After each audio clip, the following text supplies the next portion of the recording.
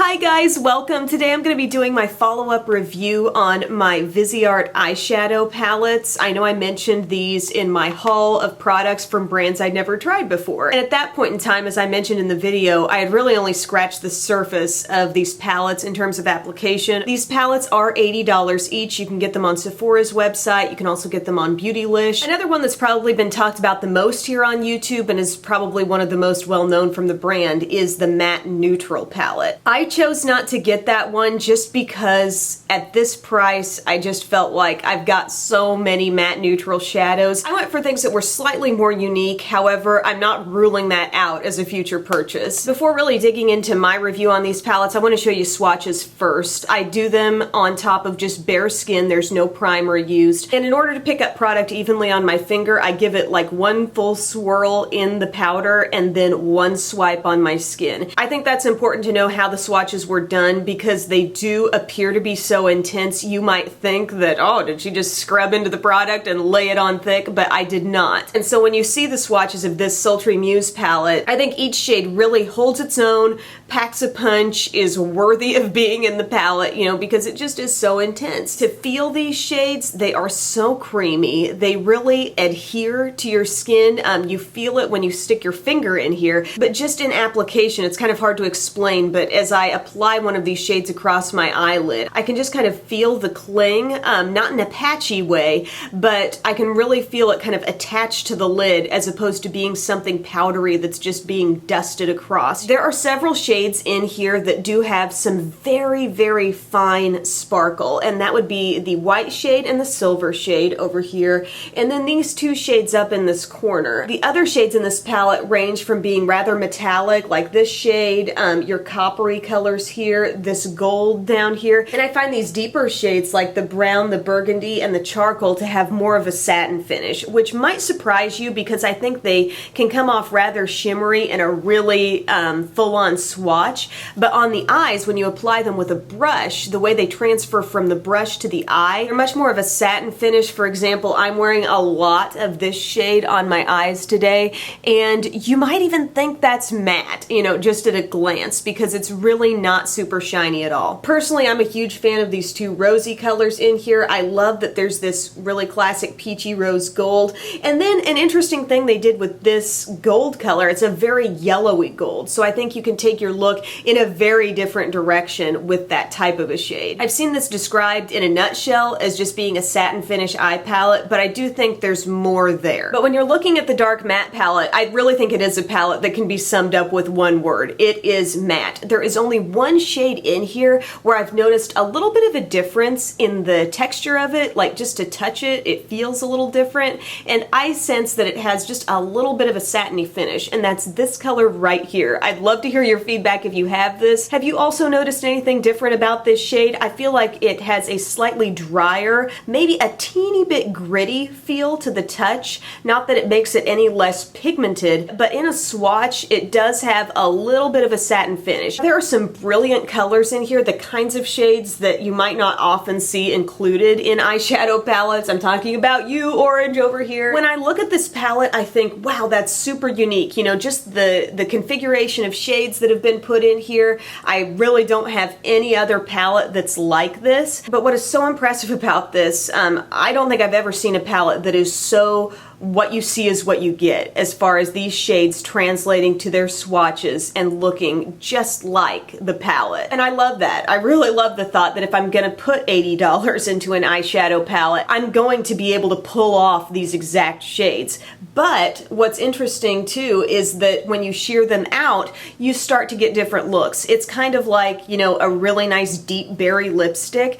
It can look one way, completely piled on, and then you apply it a little more sheer and you notice different things happening with it. And I can definitely see that with these colors as well.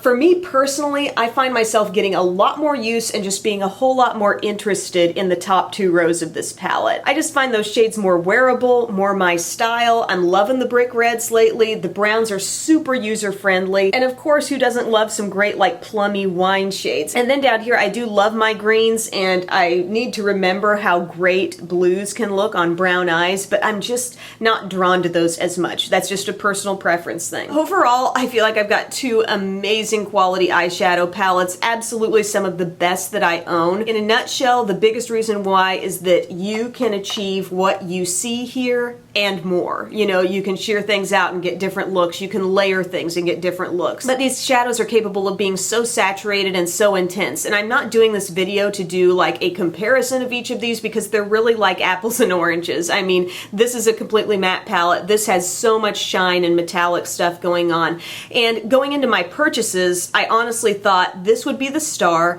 and I thought this would be the thing that is a little more average. I thought I'd find it to be very similar to a lot of other things that I have. However, this is the one that I've actually found to be the most versatile. I've been the most like wowed by these finishes. I mean, just the textures, the feel, the way these blend one on top of the next. It's so easy with this palette. And I was watching a professional makeup artist on YouTube mentioning this palette, and he was talking about just how versatile this was and how he would use it on a vast variety of ages. And I love that, and I can totally see that happening because some of these shades, while they look incredibly shiny in a swatch, and some are downright metallic shades, don't get me wrong, others definitely have that satin finish that almost looks matte in application on the eyes. And I know these palettes aren't necessarily designed to be like your all-in-one, this is all you need type palette. I mean, clearly with this, you don't have conventional highlight shades in this palette. The thought is that a makeup artist is going to use a bunch of these different palettes together or pull in some other palette that they have. I get that, but from a slightly more practical, value-oriented perspective,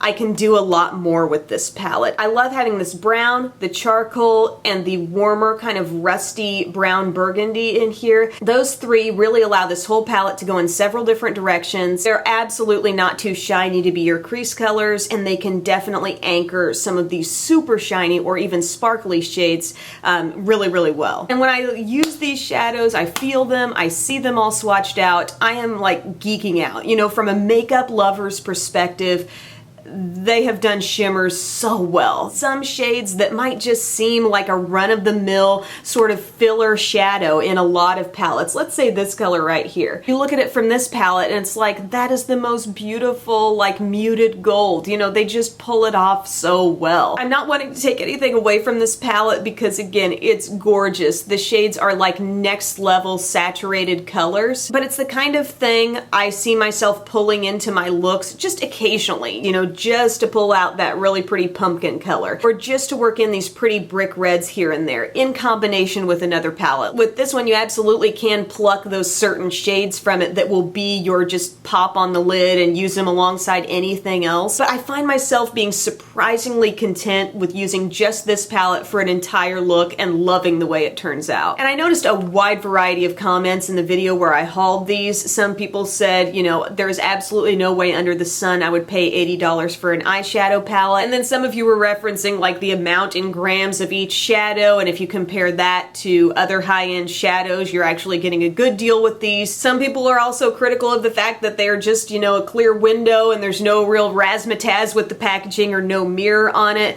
But I think these were created more with makeup artists in mind and just being compact, being small, not being overpackaged, and the clear window can actually be a very handy thing if you're just wanting to find a shadow at a glance. I'm not going to sit here and say everybody needs $80 eyeshadow palettes because I don't think they're an absolute need, because I've gotten fabulous looks with really inexpensive products and I can be happy with that. But does my absolute makeup obsessed self really appreciate what these palettes are? And yes, I can admit it, I am obsessed with makeup. Do I get absolutely giddy when I see, you know, these shades all swatched out? Yes, I do. I think this is the kind of thing that hardcore makeup enthusiasts, even people who have tons of eyeshadows in their collection, I really think you'll try these and you will feel like that uptick in quality. It's just there. It's undeniable. And while I can achieve similar looks with other things, it may take more building up. It may take more blending, or just a little more effort all around around. These can very simply achieve exactly the colors you see here in their palettes. Now I did use this palette for my look today. If you'd like to stick around and watch that, I took a flat brush and I used the charcoal shade all over my lid, and I did use a primer here because I always do on my eyes. I got that all over the lid. I also wedged it up into the crease, and I used more of a fluffy crease brush just to blend that out a little bit. Then I used the third shade over on the top row just to give myself a little bit of a highlight, and then I chose to use this really soft blush color with my E36 brush and just take it gently over that dark border. Then I went into the silver, which has a lot of star power to it, but I just used a small brush and pulled that in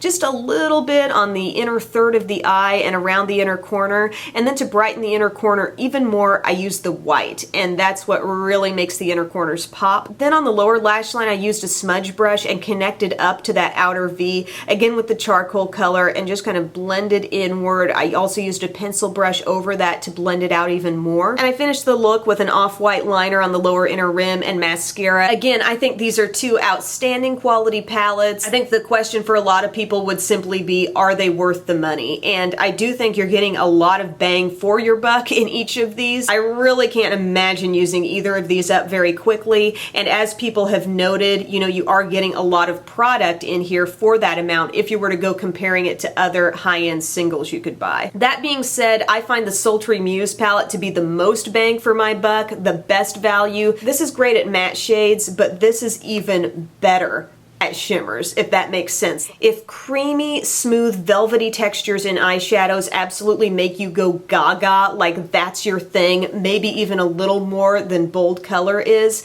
this is going to wow you. So that's my review on these. I hope this was useful, and I hope we can generate kind of a discussion in the comments section from those of you who have tried these or any other VISEART palettes. Give your feedback and we can kind of help one another out and help those who are considering possibly buying a palette from this line. Thanks again so much, and I'll see you guys later. Bye.